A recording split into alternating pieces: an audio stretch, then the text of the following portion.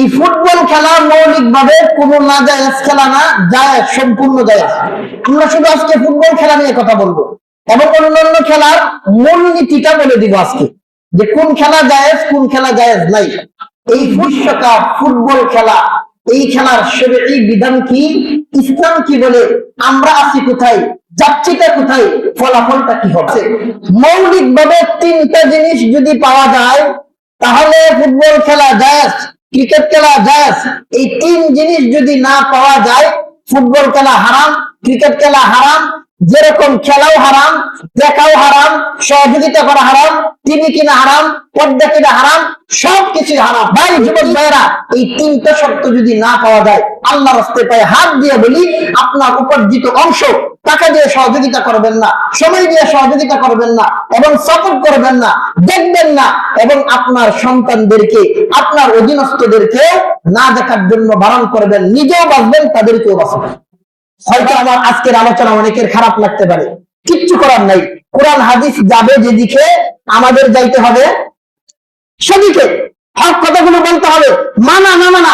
অনেকে বলবেন যে হুজুর এই বয়ান করতেছেন, এগুলো কি কেউ মানবো? মানা না মানা ভাই আপনার বিষয়, মানা না মানা বাবা আপনার বিষয়। আমার দায়িত্ব বলে দেওয়া এবং নিজে বাঁচা, আপনি যদি না বাঁচেন। গতকাল আমাদের বহিরাগত আন্তর্জাতিক পর্যায়ে বিশ্বকাপ ফুটবল খেলা শুরু হয়েছে। আমরা আজকে আলোচনা করব, জানবো যে আন্তর্জাতিক পর্যায়ের বিশ্বকাপ শুরু হয়েছে, এই বিশ্বকাপ ফুটবল খেলা, এই খেলার শরীয়ী বিধান কি, ইসলাম কি বলে, আমরা আছি কোথায়, যাচ্ছিটা কোথায়, ফলাফলটা কি হবে। আমরা শুধু আজকে ফুটবল খেলা নিয়ে কথা বলবো এবং অন্যান্য খেলার মূলনীতিটা বলে দিব আজকে, যে কোন খেলা জায়েজ কোন খেলা জায়েজ নাই।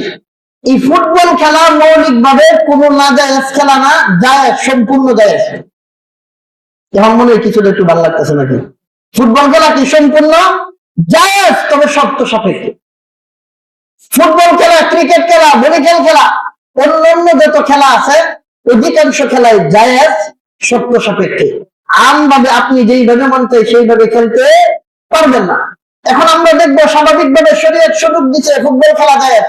এখন ফুটবল খেলা না যায় বললে আপনি আমার প্রথম দরবার, আপনার ছাত্র রাজ্য আসর করে লাগাই দিন ফুটবল 4-5টা মাঠ মানে খেলায়, কথা ঠিক আছে না? তাহলে ফুটবল খেলা জায়েজ, এটা বুঝতে হবে। না জায়েজ কিছু না, কিন্তু না জায়েজ হচ্ছে কেন, এটা অন্য কারণে, শর্ত লঙ্ঘনের কারণে। আমরা প্রচারে আসি, আল্লাহ তাআলা বলেন ওয়ামা হাযিহিল হায়াতুদ দুনিয়া ইল্লা লাহবু ওয়া লাইব। এই পার্থিব দুনিয়াটাই হচ্ছে খেলাধুলার বস্তু সামগ্রী, খেলাধুলার উপকরণ। আমি অতীতে দুনিয়ার বয়ান করতে গিয়ে বলেছিলাম, ওই শৈশবের খেলাধুলার মতন, ওই শৈশবের খেলাধুলাটা ছোট বাচ্চা মনে করে আমার আসল, এটা যদি কেউ ভেঙে দেয় সে কান্নাকাটি করে। কেন? ওই ছোট বাচ্চা মনে করে এই বালু খেল খেলা এটাই আমার বড় জিনিস নষ্ট করে ফেলছে। মূলত এই বালু খেল খেলা এটা কি মূলত কোনো সম্পদ, কোনো কিছু? কিন্তু বাচ্চা কান্না করে কেন? সে বোঝে না, তার যুক্তিতে বা তার জ্ঞানে মনে করতেছে বালু খেলটাই আমার আসল, এই জন্য আমার এগুলো ভেঙে দিলে কান্না করে। আমাদের হালতটা হচ্ছে আখিরাত সম্পর্কে উদাসীনতার কারণে, আখিরাত সম্পর্কে না জানার কারণে, আল্লাহ রাসূলের ব্যাপারে, দ্বীনের ব্যাপারে উদাসীনতার কারণে, শরীয়তের সঠিক জ্ঞান না থাকার কারণে দুনিয়ার চাকচিক্য, ব্যবসা বাণিজ্য, অফিস আদালত, চাকরি বাকরি, আমাদের এই যে খেলাধুলা, এগুলোকে আমরা আমাদের দুনিয়ার মূল মাকসাদ মনে করতেছি, আসল মাকসাদ মনে করতেছি। কিন্তু এটা আমাদের নিম্নমাত্র। আল্লাহ বলেন লাহবু ওয়া লাইব, খেলাধুলার বস্তু সামগ্রী। ওয়ামাল হাযিহিল হায়াতুদ দুনিয়া ইল্লা লাহবু ওয়া লাইব ওয়া ইন্নাদ দারাল আখিরাতা লাহিয়াল হায়াওয়ান। আখিরাতের জীবনই হচ্ছে আসল জীবন, প্রকৃত মুমিনের জীবন। দুনিয়ার জীবন আসল জিন্দেগি না, আখিরাতের জিন্দেগিটাই হচ্ছে একজন মুমিনের প্রকৃত জীবন। এখন আমরা এই দুনিয়ার জিন্দেগি সামনে নিয়ে যে বিষয়গুলো আমরা দেখি, 1 নাম্বার আমরা বলছিলাম যে ফুটবল খেলা জায়েজ, কিন্তু না জায়েজ কি কি কারণে দেখেন। শরীয়তের কিছু বর্জিত কাজ আছে, মৌলিক ভাবে 3টা জিনিস যদি পাওয়া যায় তাহলে ফুটবল খেলা জায়েজ, ক্রিকেট খেলা জায়েজ। এই 3 জিনিস যদি না পাওয়া যায় ফুটবল খেলা হারাম, ক্রিকেট খেলা হারাম, যেরকম খেলাও হারাম, দেখাও হারাম, সহযোগিতা করা হারাম, টিভি কিনা হারাম, পর্দা কিনা হারাম, সবকিছু হারাম। এই 3 শর্ত ভালো করে স্মরণ রাখবেন। আপনি যদি খেলা দেখেন, আপনি খেলা সমর্থন করেন, আপনার সন্তান খেলা দেখে আপনি সমর্থন করেন, আপনি টাকা দিয়ে পর্দা কিনাচ্ছেন, টিভি কিনাচ্ছেন, সব কিনান, এই 3 শর্ত যদি না পাওয়া যায়, আপনি যা ইচ্ছা আপনার উপার্জিত অংশ মসজিদ মাদ্রাসায় না দিয়া, দিনের রাস্তায় না দিয়া, সব দিয়ে ইহুদি খ্রিস্টানদের দিয়ে দেন, আমাদের কোনো বাধা নাই। কিন্তু বাবা, ভাই, যুবক ভাইরা, এই 3টা শর্ত যদি না পাওয়া যায়, আল্লাহ রাস্তায় পায়ে হাত দিয়ে বলি, আপনার উপার্জিত অংশ টাকা দিয়ে সহযোগিতা করবেন না, সময় দিয়ে সহযোগিতা করবেন না, এবং সাপোর্ট করবেন না, দেখবেন না, এবং আপনার সন্তানদেরকে, আপনার অধীনস্থদেরকে না দেখার জন্য বারণ করবেন, নিজেও বাঁচবেন, তাদেরকেও বাঁচাবেন। এবার আসেন শর্তগুলো ভালো করে শুনেন। 1 নম্বর শর্ত, ফুটবল খেলা, ক্রিকেট খেলা এগুলো জায়েজ। 1 নম্বর শর্ত হচ্ছে যদি কোন রকমের গুনাহের সম্পৃক্ততা না থাকে। কি থাকে? গুনাহের সম্পৃক্ততা না থাকে। আমাদের মাদ্রাসার ছাত্র এবং সারা দুনিয়ায় মাদ্রাসার ছাত্র পেলে যারা আসরের পরে খেলাধুলা করে, ওই খেলাধুলার কোনো গুনাহ আছে? হ্যাঁ। এবং 1 নম্বর শর্ত নিয়ে কথা বলি, গুনাহ মুক্ত। এখন এখানে কি কি গুনাহ যুক্ত হয়? 1 নম্বর, বর্তমান মাদ্রাসার তালেবে আলেমরা যেই ফুটবল খেলে, এদের মধ্যে দেখবেন এই শর্তের ব্যাখ্যাগুলো পাওয়া যায় কিনা। 1 নম্বর হচ্ছে, একটা পুরুষের সতর হচ্ছে নাভি থেকে হাঁটু পর্যন্ত সতর ফরজ। ওই অংশটুকু দেখে রাখা কি ফরজ না ওয়াজিব? না সুন্নাত? মুস্তাহাব? ফরজ। ফরজ মানে কি? আবশ্যক। 1 বিন্দু পরিমাণ ত্রুটি করলে কবিরা গুনাহ হবে। বিন্দু পরিমাণ ত্রুটি করলে কি হবে? কবিরা গুনাহ হবে। একজন পুরুষের নাভি থেকে হাঁটু পর্যন্ত সতর।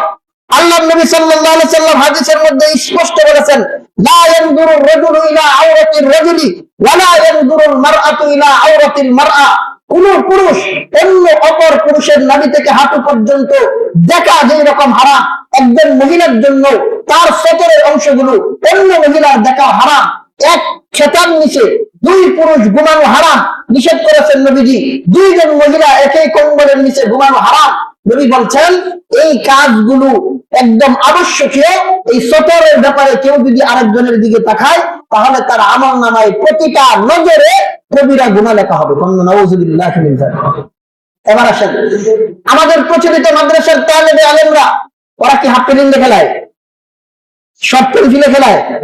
ওরা খেলায় হয় লুঙ্গি অথবা পায়জামা পরে, যে কারণে সতর ঢাকা থাকে। এদের 1 নম্বর শর্তের মধ্যে জায়েজ আছে, গুনাহ মুক্ত। স্বাভাবিকভাবে আমরা দেখতেছি গুনাহ নাই, সতর ঢাকা আছে। বর্তমান প্রচলিত যেই খেলাগুলো হচ্ছে এবং বিভিন্ন জায়গায় বাংলাদেশ সহ এবং আন্তর্জাতিক পর্যায়ের যেই ফুটবল খেলার জন্য আমার অর্থ দিয়া পর্দা কিনতেছি, এরা কি একদম বড় প্যান্ট পরে খেলাধুলা করে নাকি সব প্যান্ট পরে? কি পরে? এই যে নাভির উপরে, হাঁটুর উপরে, নাভির নিচের যে অংশগুলো সতর। আচ্ছা বলেন, একজন পুরুষ যদি অন্য কোন পুরুষের এই অংশটুকু দেখতে না পারে, কবিরা গুনাহ হয়। তাহলে প্লেয়ার দেখে উনি আন্তর্জাতিক আর্জেন্টিনার বলে, ব্রাজিল বলে, আমার মহব্বতের, আমার দলের হওয়ার কারণে কি জায়েজ? বুঝেন না এই কথা? আমার মহব্বতের মানুষ হয়ে যাওয়ার কারণে কি জায়েজ? না, না জায়েজ। একজন পুরুষ অন্য পুরুষের সতরের অংশ দেখা যায় না জায়েজ? না জায়েজ। তাহলে 1 নম্বর আমরা কারণ পেলাম, একদম স্পষ্ট ভাবে বর্তমান প্রচলিত ফুটবল খেলা সরাসরি একটা কবিরা গুনাহে অন্যতম একটার মধ্যে লিপ্ত। যে সে নিজেও সতর লঙ্ঘন করছে, নিজে উলঙ্গ হয়ে খেলাধুলায় নিমত্ত, আর আমরা নামদারি কিছু মুসলমান, টুপিওয়ালা মুসলমান, প্রথম কাতারের মুসল্লি, হাজি সাহেব, অনেক ধরনের হুজুরের লেবাস ধারণকারী অনেক মানুষ ওই সতর তারা একদম খুলে গুনাহ করছে, আর আমরা দেখে দেখে মজা নিয়ে গুনাহ করতেছি। কতক্ষণ ঠিক না ঠিক? তাহলে সতর খোলা যদি না যায় ভাই, দেখা যায়, তাহলে সতর যদি না দেখা যায়, ফুটবল খেলা দেখা যায়? আস্তে আস্তে আস্তে আস্তে না যায়। আপনি ফতোয়া দিবেন, আমার দিতে হবে না। 2 নম্বর আসেন, এই ফুটবল খেলাকে 1 নম্বর শর্ত বলেছিলাম গুনাহমুক্ত, কিন্তু যেই পরিমাণ গুনার নগ্নতা, বেহায়াপনা, প্রতিফলন এই খেলাকে কেন্দ্র করে করা হয়, মুরব্বী বাবারা হয়তো জানেন না, যুবক ভাইরা আমরা হয়তো তাদের অনুসরণ করে থাকি, অনুসরণের বিষয়টা পরে আসতেছে। কি পরিমাণ নগ্নতা আর অশ্লীলতা হয় দেখেন। সারা বাংলাদেশের ওই দেশের, যেই দেশের মধ্যে খেলা হয়, মিস ওয়ার্ল্ড কাপ নামে একটা প্রতিযোগিতা হয়। কি নাম? Miss world cup. Miss world cup মানে সারা বিশ্বের সুন্দরীদের প্রতিযোগিতা। যেই দেশের মধ্যে ফুটবল খেলা পরিচালিত হয় ওই দেশের মধ্যে সমস্ত মিশরীয় এবং অন্যান্য দেশের সুন্দরী নারীদেরকে নির্বাচন করে আনা হয়। যেই দেশের মধ্যে যেই স্টেডিয়ামে খেলা অনুষ্ঠিত হবে সমস্ত দেশের সুন্দরীদের মধ্যে প্রতিযোগিতা দিয়ে নির্বাচিত করে ওই সমস্ত সুন্দরী রমণীদেরকে নর্তকী বানাইয়া এবং সারা দেশ থেকে ভাড়া করে নর্তকী এনে তাদেরকে অর্ধ উলঙ্গ করে তাদেরকে স্টেডিয়ামে রাখা হয়।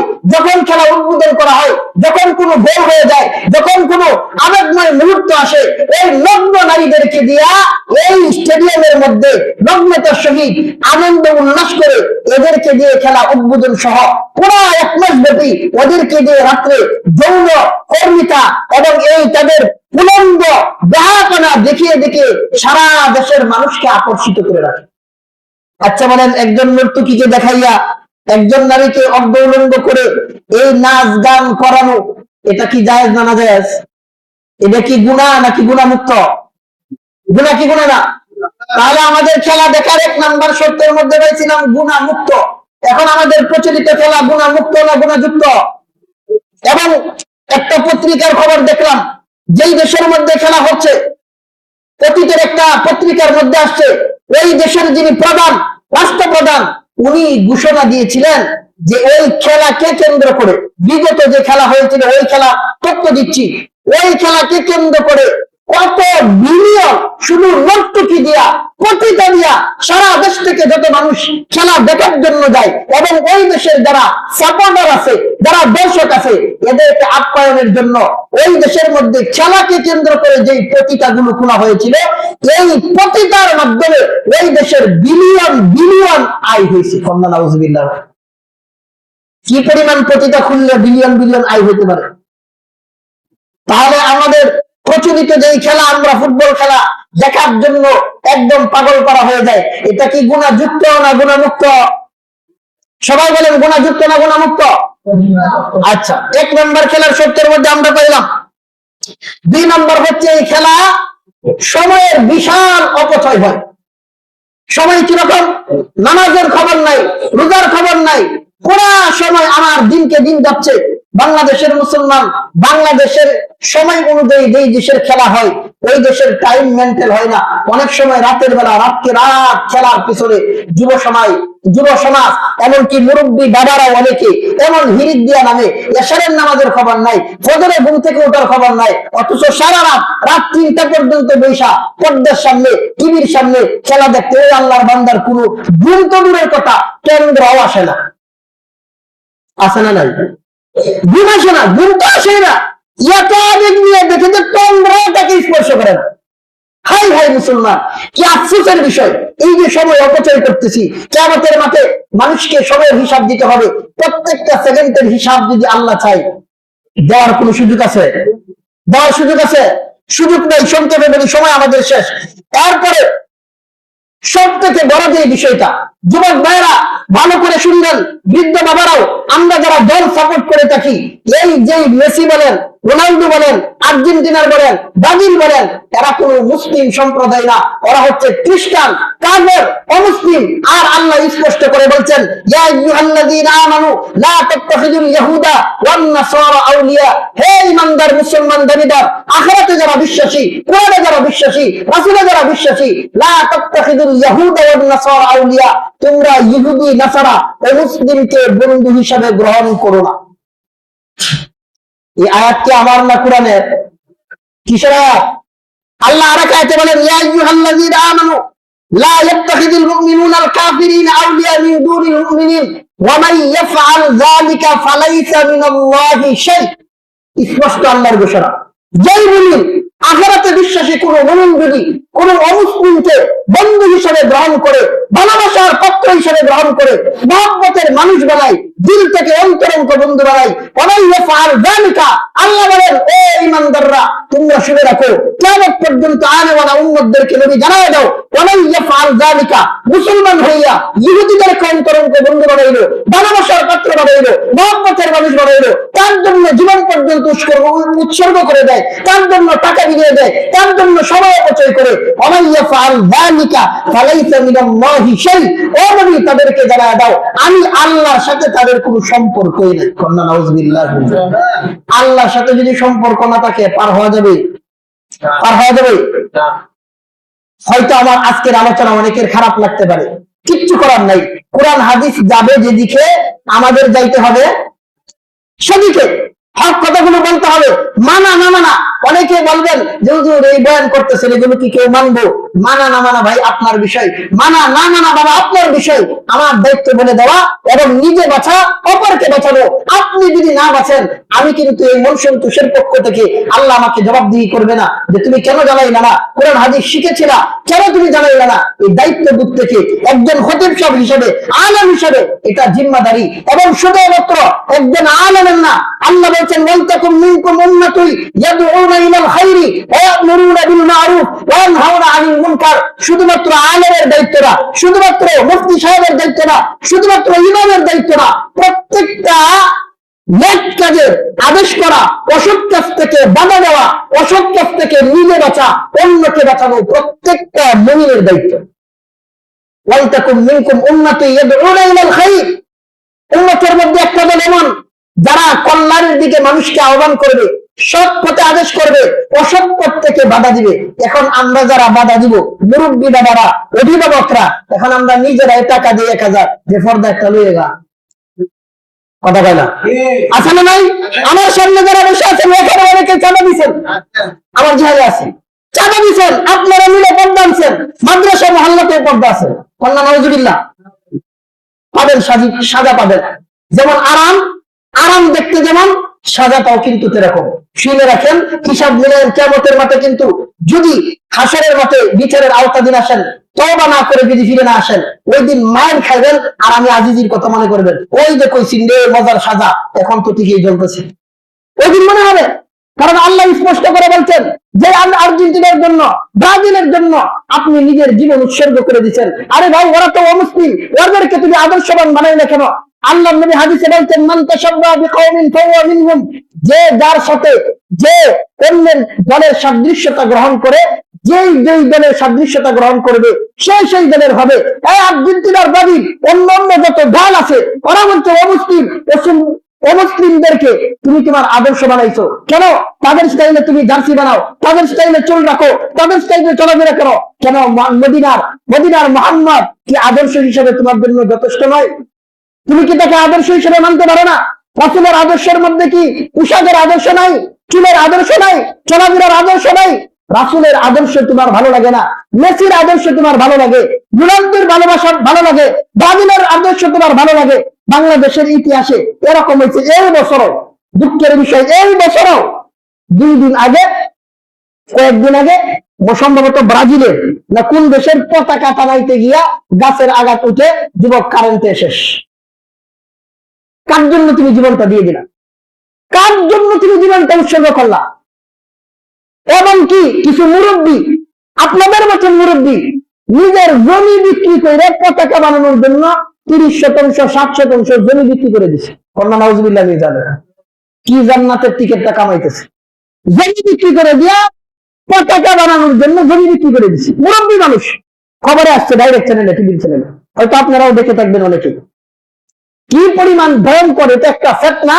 এই খেলা নামক জিনিস দিয়া এক নম্বর আমরা সময় সংক্ষিপ্ত, প্রথম বলছিলাম ফুটবল খেলা জায়েজ, 1 নম্বর শর্ত গুনাহমুক্ত হতে হবে। কি মুক্ত?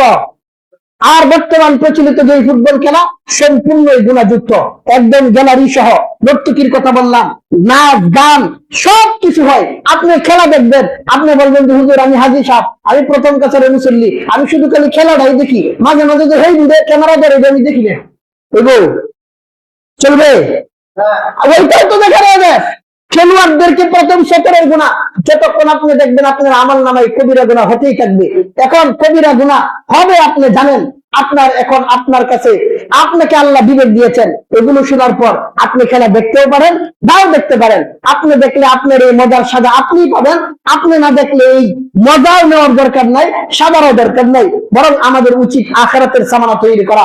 নবীজির এই সাদৃশ্যতা বিভিন্ন দলাদলি যেই সমস্ত কার্যকলাপগুলো বাংলাদেশে হয়, এই দলাদলিকে কেন্দ্র করে দুই দলের মধ্যে মারামারি, কাটাকাটি, এমনকি পরস্পরের যে মহব্বত থাকে, মহব্বতেও চলে যায়। পুরা ঘরের মধ্যে বিবি একদল, ছেলে একদল, মেয়ে একদল, স্বামী একদল, দলাদলি শেষ নাই।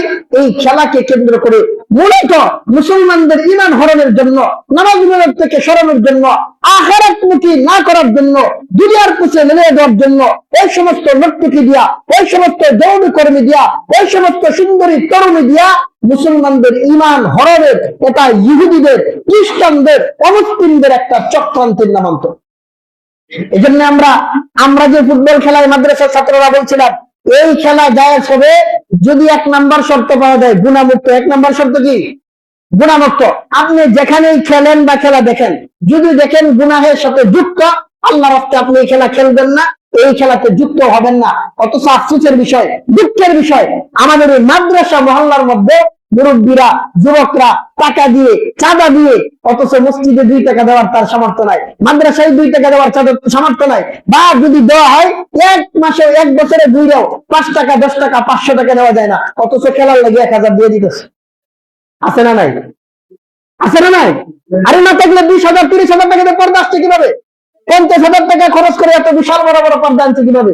এটা আমাদের জন্য, মাদ্রাসা মহল্লার জন্য দুঃখের বিষয়। আমরা যারা অভিভাবক আছি, যুবক ভাইয়েরা পায়ে হাত দিয়ে বলতেছি, মুরব্বীদেরকে ভুল বুঝবেন না, আমি ইমাম সাহেবকে ভুল বুঝবেন না, আল্লাহর পয়গাম, রাসূলের পয়গাম গুলো আপনাদেরকে শুনিয়ে দিতেছি।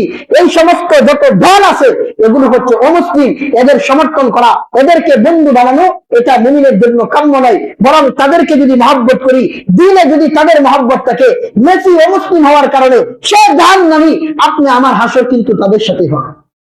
আল মারউ মা মান আহাব্বা, বুখারীর হাদিস স্পষ্ট, যার সাথে যার মহব্বত, তার সাথে তার কিয়ামত। আপনি রোনালদোরে ভালোবাসবেন, মেসিরে ভালোবাসবেন, পুরা অঙ্গ প্রত্যঙ্গের মধ্যে তাদের ভালোবাসা, আর্জেন্টিনার ভালোবাসা, ব্রাজিলের ভালোবাসা জড়াইয়া আর হাসরের মাঠে মুহাম্মদের ভালোবাসা দিয়ে পার হয়ে যাবেন। এত সুজা, এত সুজা, কবরের জগৎ, আখিরাতের জগৎ। দুনিয়াতে ভালোবাসবেন একজনকে, লালন করবেন একজনকে, আদর্শ দিবেন একজনকে, আর যখন বিপদের গাঠিতে পড়বেন, কবরে পড়বেন, ফুলসিরাতে পড়বেন, আখিরাতে পড়বেন, মুহাম্মদের আদর্শ দেখায় পার হয়ে যাবেন। আল্লাহ কিন্তু বলবেন, অনেকে বলবে যে হুজুর আল্লাহ তো রহমান, আল্লাহ তো রহিম, আল্লাহ তো পারও করে দিতে, কিন্তু ওদেরও তো এই বিষয়টাও জানা থাকা দরকার, আল্লাহ কিন্তু কহার। আল্লাহ কি? আল্লাহ কহার। লিমানিল মুলকুল ইয়াউম লিল্লাহিল ওয়াহিদিল কাহার। আল্লাহ বলছেন, আমি যেরকম দয়ালু, যেরকম মেহেরবান, দুনিয়াতে অনেক সুদখোর, অনেক ঘুষখোর, নামাজ পড়ে না, রোজা রাখে না, হজ করে না, যাকাত দেয় না, দিনই কোনো কাজের সাথে সম্পৃক্ততা নাই, এরপরও আল্লাহ খাওয়াইতেছে কিনা? এরপরে আল্লাহ সূর্য দিতেছে, এরপরে আলু বাতাস দিচ্ছে, আল্লাহ তাদেরকে বাধা দেয় না। কেন?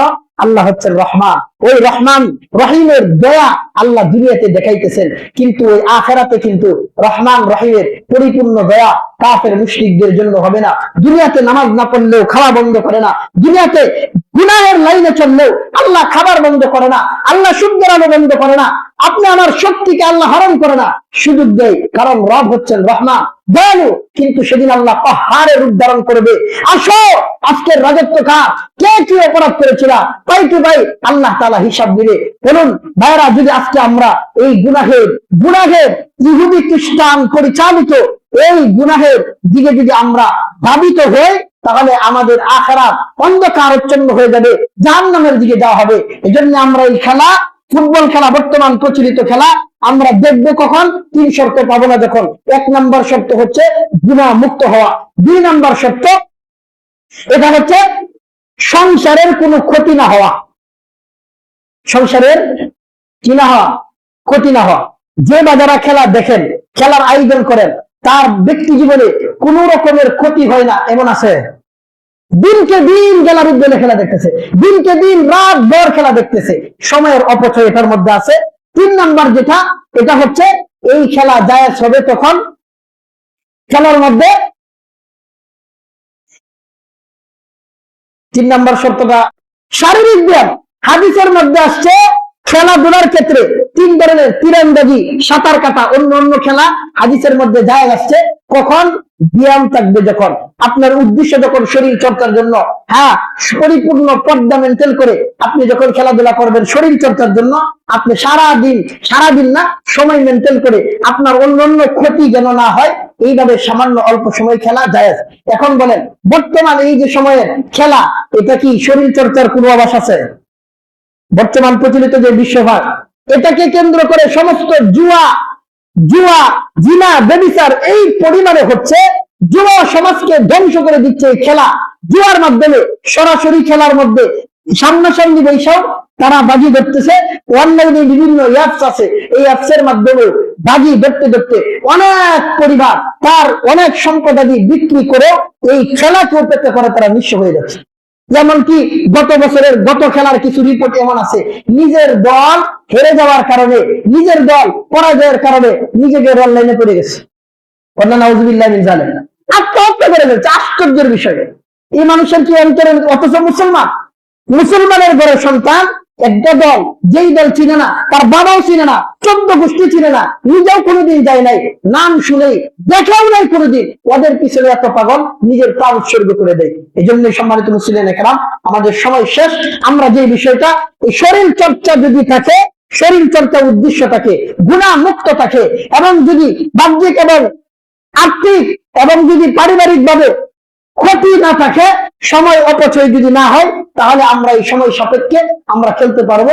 আল্লাহ তাআলা আমাদেরকে, আমরা নিজেরা যেন এই সমস্ত গুনাহের পরিবেশ থেকে বাঁচতে পারি, পরিবার পরিজনদেরকে যেন বাঁচাইতে পারি, আমাদের সমাজের মধ্যে যুবক ভাইয়েরা যেন এই সমস্ত কাজ না করতে পারেন, আমরা এদেরকে বুঝায়া সমঝায়া, মুরব্বী বাবাদের এইটা দায়িত্ব, আমরা ইনশাআল্লাহ তাদেরকে বুঝায়া সমঝায় এই সমস্ত কাজ থেকে বিরত রাখা অভিভাবক হিসেবে দায়িত্ব। আল্লাহ তাআলা আমাদের সবাইকে এই কথাগুলো বুঝার, আমাকে সহ প্রত্যেককে আমল করার তৌফিক দান করুক। সবাই বলি আমিন। ওয়া আখিরু দাওয়ানা আলহামদুলিল্লাহি রাব্বিল আলামিন। যারা সুন্নাত পড়ে নেয় সুন্নাত